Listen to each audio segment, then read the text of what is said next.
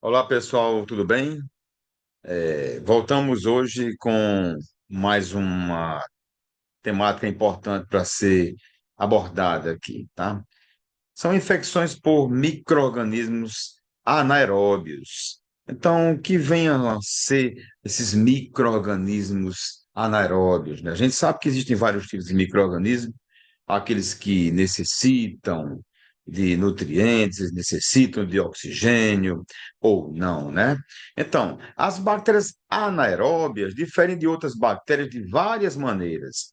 Elas desenvolvem-se adequadamente em áreas do organismo com concentrações baixas de oxigênio. Por exemplo, no intestino, tá certo? E nos tecidos que sofrem um pouco de degeneração, particularmente as feridas profundas e contaminadas, onde outras bactérias não conseguem sobreviver e onde as defesas do organismo não chegam facilmente. Essa é uma grande vantagem da instalação desses micro-organismos, ou seja, sem essas defesas, certo? E sem essa competitividade das outras bactérias. Então, as bactérias anaeróbias não necessitam de oxigênio. Na realidade, algumas nem sobrevivem com a sua presença, tá certo?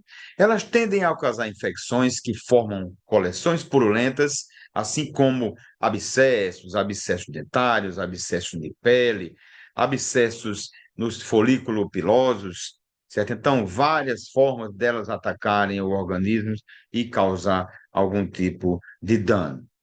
As bactérias podem ser classificadas por sua necessidade e tolerância ao oxigênio, isso de maneira geral. Claro, existem aquelas que consideramos de ser as bactérias facultativas, que crescem de maneira aeróbica ou anaeróbica na presença ou ausência de oxigênio.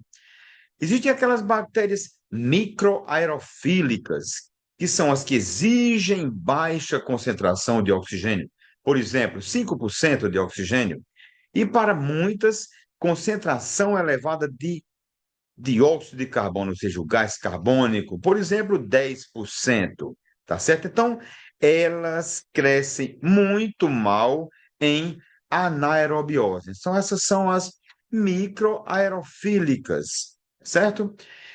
Existem também aquelas anaeróbicas obrigatórias, que são as incapazes de metabolismo aeróbico, mas são variavelmente tolerantes ao oxigênio.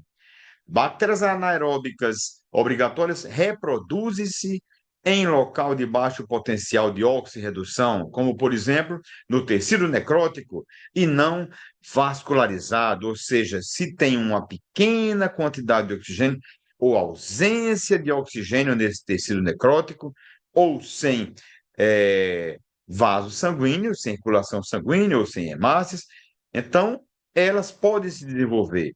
Então, podemos dizer que o oxigênio é tóxico para essas bactérias. Aqui uma imagem que pode ajudar vocês a compreenderem a diferença entre as bactérias aeróbias e anaeróbias. Aqui nós vimos nesse tubo aqui um exemplo de bactérias aeróbias estritas. Nessa parte azul aqui simboliza a presença do oxigênio. E nessa parte aqui, claro, a ausência desse oxigênio. Então, os aeróbios restritos, eles ficam na superfície dessa solução aqui, certo? Dessa concentração que está sendo exposta aqui, certo? Então, na presença de oxigênio. Então, elas se concentram nessa região que tem oxigenação, certo? Então, os anaeróbios estritos já é exatamente o contrário, se localizam distante da presença do oxigênio. O anaeróbio facultativo é aquele que tanto ele desenvolve, eles podem estar localizados na região que não tem oxigênio, quanto na região que tem oxigênio. Existe aquele microaerófilo, é aquele que necessitam de pequena quantidade de oxigênio. Então, você observa que eles não estão na superfície, tá certo? Eles estão próximo à superfície que está com o oxigênio, tá certo? E os aerotolerantes, eles desenvolvem em toda a extensão, toda a região dessa solução, certo? No entanto, vocês vão ver daqui a pouco, eu vou mostrar para vocês, eles têm um determinado tempo, ou seja, uma determinada tolerância a esse tipo de ambiente, certo? As bactérias anaeróbicas obrigatórias foram classificadas com base na sua tolerância ao oxigênio. Então, entre essas bactérias anaeróbias obrigatórias, podemos citar as estritas, que só toleram menor ou igual a 0,5% de oxigênio. Existem aquelas moderadas, que toleram de 2 a 8% de oxigênio. E existem aquelas bactérias anaeróbicas aerotolerantes, que toleram o oxigênio atmosférico por tempo limitado. Ou seja, se elas demorarem muito tempo nessa presença de oxigênio, elas podem morrer, tá certo? Elas podem inviabilizar a sua existência, tá certo? Então, as bactérias anaeróbias que causam doenças incluem os clostrídeos. Entre esses clostrídeos, existem várias doenças que podem ser causadas por ele, como o tétano, o botulismo, existe a gangrena gasosa, existe a colite pseudomembranosa, tá certo? E os quais podem viver também na poeira, no solo, na vegetação, ou seja, eles são ubíquos, podem ser encontrados em qualquer lugar, certo? Na vegetação e no trato intestinal de seres humanos e animais. Existem também os peptococos e os peptostreptococos, os quais também faz parte da flora normal bacteriana normal da boca, da microbiota normal da boca, do trato respiratório superior e do intestino grosso, certo? Outras bactérias anaeróbicas incluem os bacteroides fragiles, o qual faz parte da flora normal do intestino grosso, a Prevotella melaninogênica e o Fusobacterium sp. Também existem bactérias que formam fuso, ou seja, são bactérias alongadas, tá certo? E os quais também podem fazer parte da microbiota normal da cavidade oral, certo? Então, nós observamos aqui um fusobactério que pode se instalar numa região do dente, causando uma infecção dentária, ou nessa região, causando essas inflamações aqui, as periodontites ou as gengivites, e posteriormente podem também causar abscessos, ok? Aqui, como vocês estão observando aqui, essa região que foi afetada pelo fusobactério, certo? Também pode se instalar, assim como outras bactérias, da mesma maneira, ou seja, produzir esses abscessos dentários, assim como os Streptococcus mutans causa, que é uma bactéria microaerófila, que necessita de pequena quantidade de oxigênio para desenvolver, e também os actinomyces de Israel, que causam as actinomicoses, são infecções de pele e de tecidos moles, certo? Bactérias anaeróbias gram-negativas e algumas das infecções que causam incluem, como já falamos, os bacteroides, entre os principais, os bacteroides fragiles, causam infecções intraabdominais. O Fusobacterium é aquele que tem a forma alongada, tá certo? Esse bacilo bem alongado, formando um fuso, causa abscessos, infecções de feridas e infecções pulmonares e intracraniais também. Existem arfofiromonas, que causam pneumonia e aspiração e periodontites também, assim como outras bactérias, como o próprio Fusobacterium também pode causar essas periodontites. A Prevotella, infecções de tecido mole intraabdominal.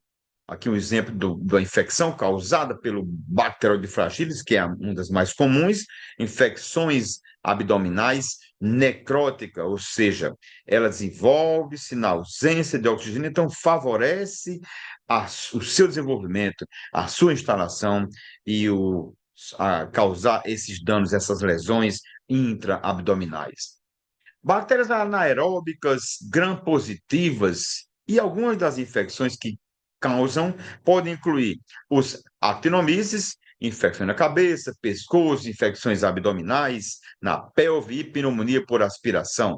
Entre os principais actinomyces existe o Actinomyces israelii, que também forma um fuso, o Peptostreptococcus, que causa infecção oral, respiratória e intraabdominal, o próprio Nilbacterium, entre os principais espécies desse próprio Nilbacterium, o próprio Nilbacterium acne, que causa as acnes, em forma geral, infecções de pele, infecções também de corpos estranhos, por exemplo, em prótese ou aparelho cardíaco, ele também pode se instalar e causar esses danos nessas regiões e nessas válvulas cardíacas.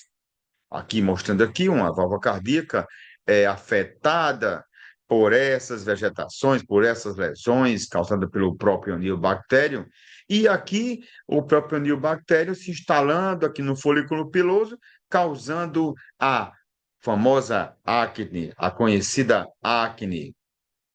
Aqui outras lesões, né, lesões da cavidade oral, lesões nodulares, causa assim semelhante àquelas micoses subcutâneas, ou seja, na região subcutânea, eles também podem causar esses danos. Entre os principais agentes são os actinomyces. Aqui está aqui um exemplo do actinomyces, observado aqui na coloração, no exame histopatológico, cheio, é uma infecção granulomatosa que forma um granuloma cheio de células de granulócitos aqui nessa região, a concentração desses micro-organismos. E aqui é uma região formando aqui um nódulo aqui nesse nódulo linfático, tá certo? Uma linfadenite. As bactérias anaeróbias gram-positivas e algumas das infecções também podemos destacar, como eu falei anteriormente, os clostrídeos, que causam infecções abdominais, por exemplo, a enterite necrotizante pelo clostrídio, e entre eles o clostrídio perfringens, é aquele que produz umas toxinas que tem a capacidade de destruir as células sanguíneas, entre eles os glóbulos brancos, e também as hemácias, que têm uma função de transporte do oxigênio, não é isso? Então, sem oxigênio, as bactérias se aproveitam, ou seja, essa região vai infartar e vai necrosar, e essas bactérias anaeróbicas vão se instalar e causar essas lesões, como, por exemplo, a enterite necrotizante e infecção de tecidos moles e a gangrena gasosa, que é muito mais conhecida, né? Causada pelo Clostridium perfringens. Envenenamento alimentar pelo Clostridium perfringens do tipo A, também, por isso que o Clostridium perfringens faz parte daquele análise de qualidade de água e alimentos de forma geral, certo? O botulismo ou botulismo infantil, também causado pelo Clostridium botulino, e o Clostridium botulino, ele causa a paralisia muscular. E se causa a paralisia muscular, então a tendência é faltar oxigenação no nosso corpo, no corpo da pessoa, do indivíduo que foi afetado por essa bactéria, certo? E existe também outra que vocês já devem conhecer, que é o tétano, causado pelo Clostridio tetani, que causa espasmos tônico-clônicos, tá certo? Porque ele produz uma neurotoxina, que é a tetanoplasmina, e o último, Clostridio, existem vários, mas esses quadros são os principais e mais conhecidos e mais estudados.